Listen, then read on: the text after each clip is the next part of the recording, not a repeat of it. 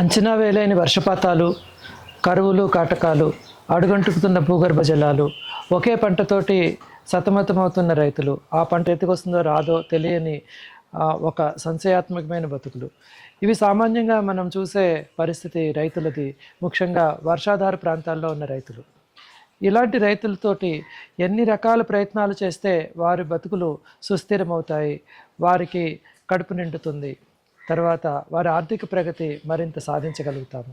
ఇలాంటి విషయాలన్నీ తెలుసుకోవాలంటే మనము అన్ని రకాల పనులు చేసిన ఒక కుటుంబాన్ని కలుసుకోవాలి. వారు మెల్లిమెల్లిగా గత 10 సంవత్సరాల నుంచి అడుగులో అడుగు ప్రగతి వైపు నడుస్తున్నారు. ఎంతోమంది వీరికి సహకరించిన వారు ఉన్నారు. ప్రభుత్వ కార్యక్రమాలతో పాటు ఏపీ మా సంస్థ కూడా ఈ కుటుంబానికి రకరకాలుగా చేయూతనిచ్చి ఆ కుటుంబం ఆర్థిక పరిస్థితి మెరుగుపడడానికి ఎంతో సహకరించింది.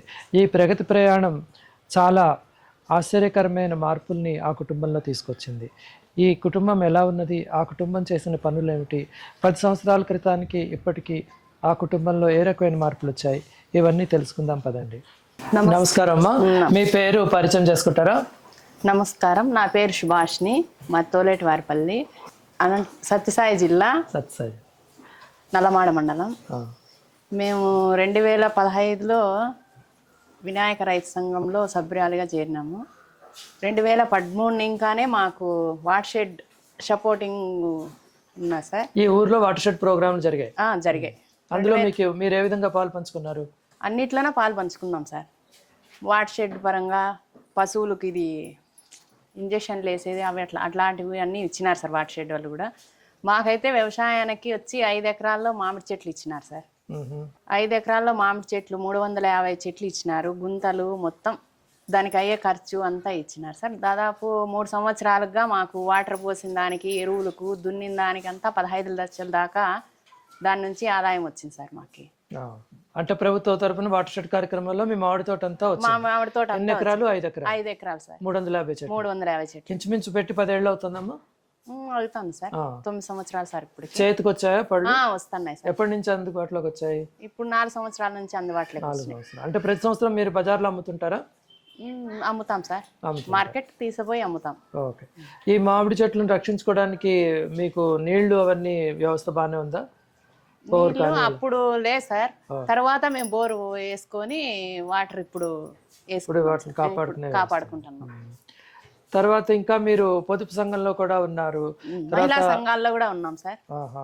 దాని మూలంగా కూడా మీకు మహిళా సంఘాల్లో మామూలుగా లోన్లు తీసుకోవడం, కట్టడం అంతవరకే సార్. దాని నుంచి అయితే సపోర్టింగ్ ఏమి ఉండదు సార్. పిల్లలు చదివించుకునే దానికి మాత్రం అవసరాలకు డబ్బులు తీసుకున్నాం సార్. దాన్ని వీటి నుంచి వచ్చే ఆదాయంతో మళ్ళీ దాన్ని తిరిగి కట్టేది అట్లా చేస్తాం. ఏపీ మా సంస్థ ద్వారా కూడా మీరు కలిసి 5-6 ఏళ్ల నుంచి పనిచేస్తున్నారు కదా. అందులో ఆ కార్యక్రమంలో ముఖ్యంగా ఈ పర్యావరణానికి సంబంధించిన విషయాల్లో మీరు ఏ రకంగా పనిచేశారు? పర్యావరణ అంటే ఇది పొగలేని పొయ్యి తీసుకున్నాం సార్ మేము.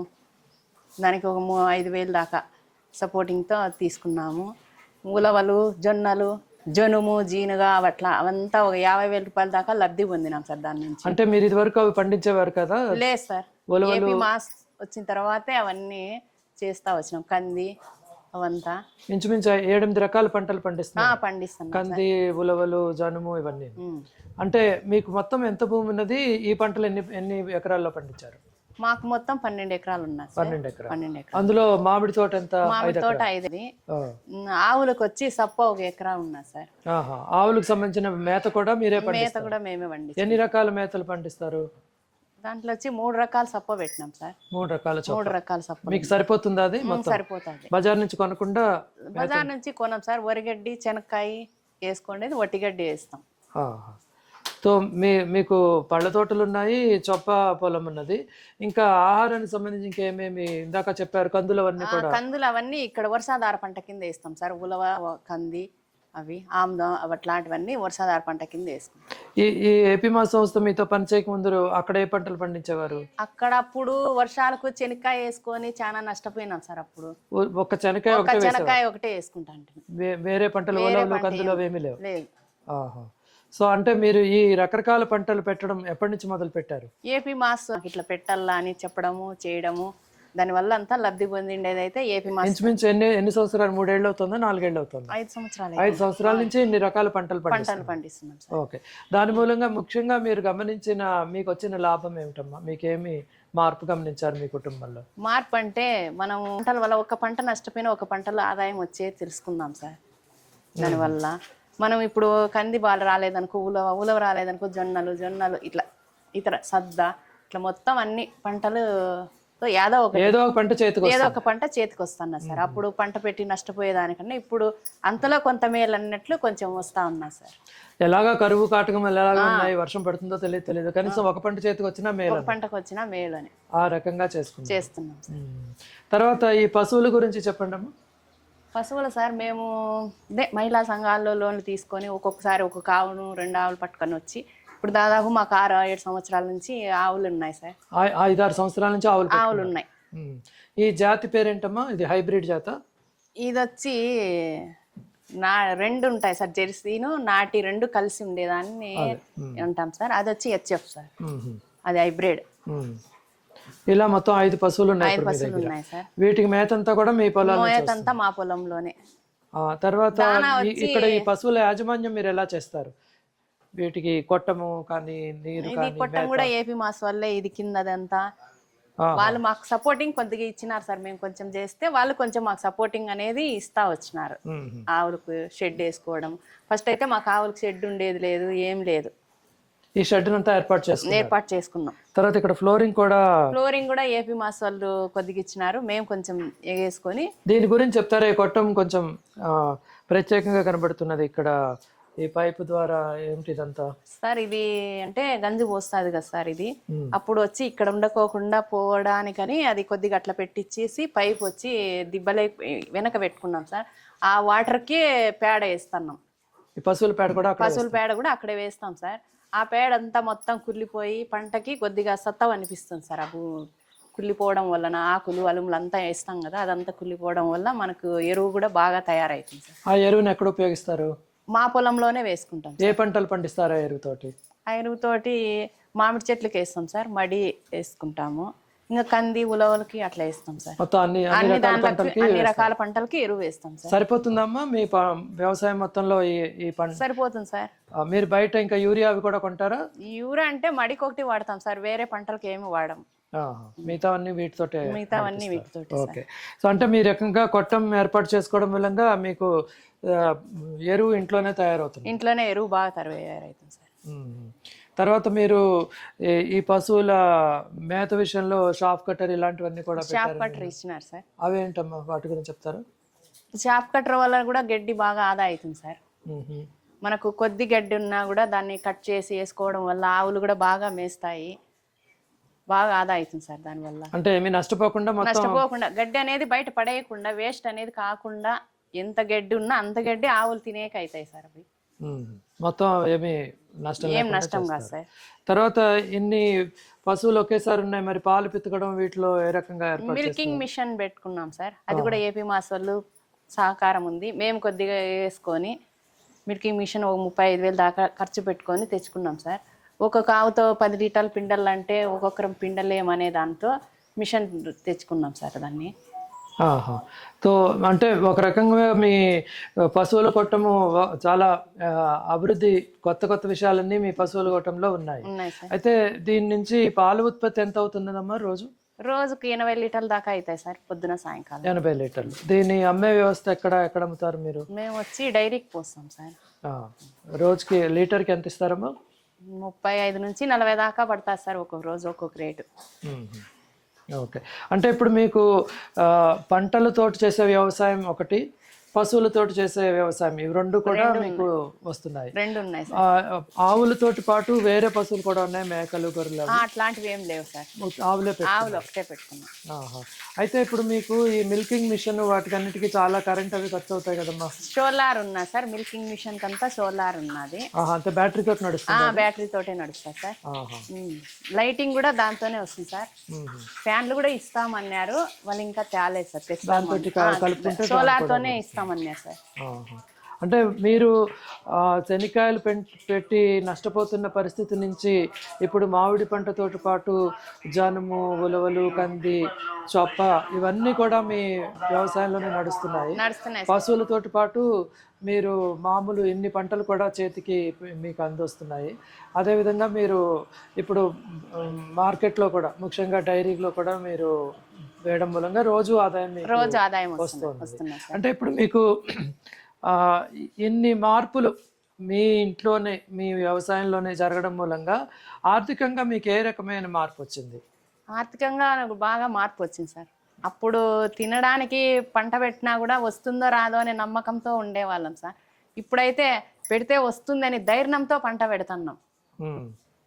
ఈ రసాయన ఎరువులు వాడకుండా ఈ సేంద్రియ ఎరువులు వాడడం వల్ల వస్తుందనే గ్యారంటీతో పంట పెడుతున్నాం సార్. బాగా ఓకే, ధైర్యం పెరిగింది సార్. బాగా. తర్వాత ఆదాయం విషయంలో ఎలాంటి మార్పులు వచ్చాయి? ఆదాయం కూడా బాగున్నా సార్. ఇప్పుడు మాకి నెలకి కానీ ఏడాదికి ఎంత రావచ్చు? నెలకు పాలల్లోనే మాకు దాదాపు 50-60 వేలు వస్తుంది సార్. 60,000 వస్తుంది. ఖర్చు అంతా మీ ఇంట్లో ఖర్చు అంతా పోను చేతికి వస్తుంది సార్. 50,000-60,000 అంటే గడ్డి అవన్నీ కొనం కదా, అట్లని వస్తుంది సార్. గడ్డి అవన్నీ కొంటే అయితే రాదు. సొంతం అన్ని మనమే ఉన్నాయి కాబట్టి, మీ సొంత భూమిలోంచే అన్ని వస్తాయి. సొంత భూమిలో ఉన్నాయి కాబట్టి. ఇప్పుడు మనకి ఇంట్లో మంచి ఆహారం తినడం అలాంటి అలవాట్లు ఏమైనా మార్పులు వచ్చాయా? మార్పులు అయితే ఉన్నాయి సార్. ఎలాంటి మార్పులు వచ్చాయి? అదే అప్పుడైతే అన్నం పప్పు తినడం వెళ్ళిపోవడం అట్లున్నాయి సార్. ఇప్పుడైతే సద్దలు, రాగులు అట్లంతా వాడడం వల్ల ఇది చేసుకొని ముద్దలు చేసుకొని తినడము అట్లంతా మార్పు అనేది అయితే జరుగుతున్నా సార్. ఇప్పుడు ఆరోగ్యంలో ఏ రకమైన మార్పులు వచ్చాయి? ఆరోగ్యం కూడా బాగున్నాయి సార్ అందరికి. మీ పిల్లలు వాళ్ళు ఇప్పుడు ఏం చేస్తున్నారమ్మా? మా పిల్లలు, నాకు 3 పిల్లలు సార్. 2 ఆడపిల్లలు, 1 బాబు. పెద్ద పాప వచ్చి CA ఫైనల్ సార్. రెండో అమ్మాయి వచ్చి బీటెక్ అయిపోయింది సార్, జాబ్ చేస్తుంది. బాబుని వచ్చి జర్మనీకి పంపించినాం సార్. అందరూ చదువుకుని రకరకాల పెద్ద పెద్ద పట్టణాల్లో ఉన్నారు సార్. ఈ వ్యవసాయం అంతా మీరు మీ భర్త ఇద్దరు చేస్తారు. మీకు ఎవరైనా కూలీలు పెట్టుకున్నారమ్మా ఇంట్లో పని? లేదు సార్, ఏం పెట్టుకోము. మొత్తం మేమే చేసుకుంటాం. అంటే మీరు అన్ని రకాలుగా కూడా స్వయం నిర్భర్ అయ్యారంటారు కదా. భారతదేశంలో ఇప్పుడు స్వయం నిర్భర్ భారత్ అంటారు. దానికి ఉదాహరణగా మీ కుటుంబాన్ని చెప్పుకోవచ్చు. అయితే ఇప్పుడు ఇన్ని పనులు చేస్తూ ఇన్ని రకాల పశువులతోటి పాటు వ్యవసాయంలో కూడా రకరకాల పంటలు ఇవన్నీ చేయడం మూలంగా మీకు ఏడాది పొడుగునా పని ఉంటుందా, లేకపోతే ఎన్ని నెలలు పని దొరుకుతుంది? ఎప్పుడు పని ఉంటుంది సార్. ఎప్పుడు పని ఉంటుంది. ఇవన్నీ చేస్తూ కూడా నేను చిన్న సంఘాలు, మహిళా సంఘాలకు కూడా అన్మేటర్గా పని చేస్తున్నాను సార్. సో అంటే మీ గ్రామంలో మహిళా సంఘాలను ప్రోత్సహించే బాధ్యత కూడా మేమే తీసుకున్నాం. అంటే మీరు స్వయంగా లక్షాధికారి అయ్యారు. మీలా మీ గ్రామాల్లో ఎంతమంది లక్షాధికారులు అయ్యారు? ఇప్పుడు 16 మంది అయినారు సార్. ఆ క్రమంలో మీలాగే రకరకాల 16 మంది. ఎన్ని సంఘాలు ఉన్నాయమ్మా మీ గ్రామంలో? 21 ఉన్నాయి సార్. 20 సంఘాల్లో 16 మంది ఇప్పుడు లక్పతి బ్యాన్ కింద దాని కింద అయినారు సార్. మేము అప్పుడు వర్షానికి చెనక్కాయ వేసుకొని చాలా నష్టపోయేటప్పుడు ఈ ఏపీ మాస్ వాళ్ళు వచ్చి మాకు కొంచెం ఎంకరేజ్ చేయడం వల్ల ఇతర నవధాన్యాలన్నీ ఇట్లా పంటలు పండించుకోవడం తెలుసుకున్నాము.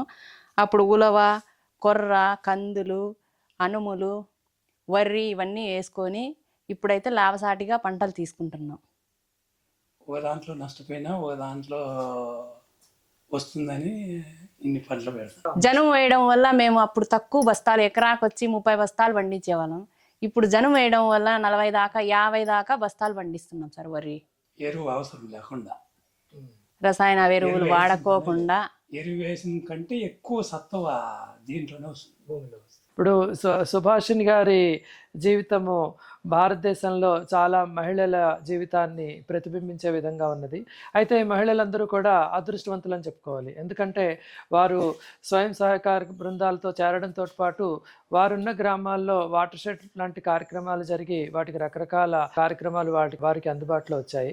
అదేవిధంగా ఏపీ మాస్ సంస్థ ప్రత్యేకంగా ఈ గ్రామంలో పనిచేయడం మూలంగా వారు చేస్తున్న వ్యవసాయంలో ముఖ్యంగా ప్రకృతిలో ఉండే రకరకాల అవాంతరాలను అధిగమించే వ్యవసాయం చేయడంలో ఏపీ మాస్ వీరికి ప్రత్యేకమైన శిక్షణ ఇవ్వడంతో పాటు రకరకాల సహకారాలు కూడా అందించాయి. ఈ వైవిధ్యభరితమైన ఈ వ్యవసాయంలో పశువులు కానివ్వండి, పంటల్లో మార్పు తీసుకురావడం కానివ్వండి, తర్వాత యాంత్రీకరణ చేయడం మూలంగా కానీ ఈ ఇద్దరు భార్యాభర్త ఇద్దరూ కలిపి ఒక 10-12 ఎకరాల భూమిని సాగు చేయడంతో పాటు 5 పశువులను పెట్టుకుని ముఖ్యంగా పశువుల ద్వారానే ఎక్కువ ఆదాయం వచ్చే విధంగా వారి కుటుంబంలో వారి జీవితంలో మార్పు వచ్చింది. అన్నిటికైనా ముఖ్యమైన మార్పు ధైర్యం. కరువు ప్రాంతాల్లో ఉన్నప్పటికీ కూడా వర్షాలు ఎప్పుడొస్తాయో తెలియని అనిశ్చితత ఉన్నప్పటికీ కూడా ఇక్కడ రైతులు ముఖ్యంగా సుభాష్ గారు లాంటి రైతులు ఎంతో ధైర్యంగా ముందు అడుగు వేస్తున్నారు. ఎందుకంటే వారికి కావాల్సిన ఎరువులు వాళ్ళ ఇంట్లోనే ఉన్నాయి, పశువులకు కావాల్సిన మేత కూడా వారి పొలాల నుంచో వస్తుంది, బజార్ నుంచి కొనాల్సిన అవసరం ఏమీ లేదు.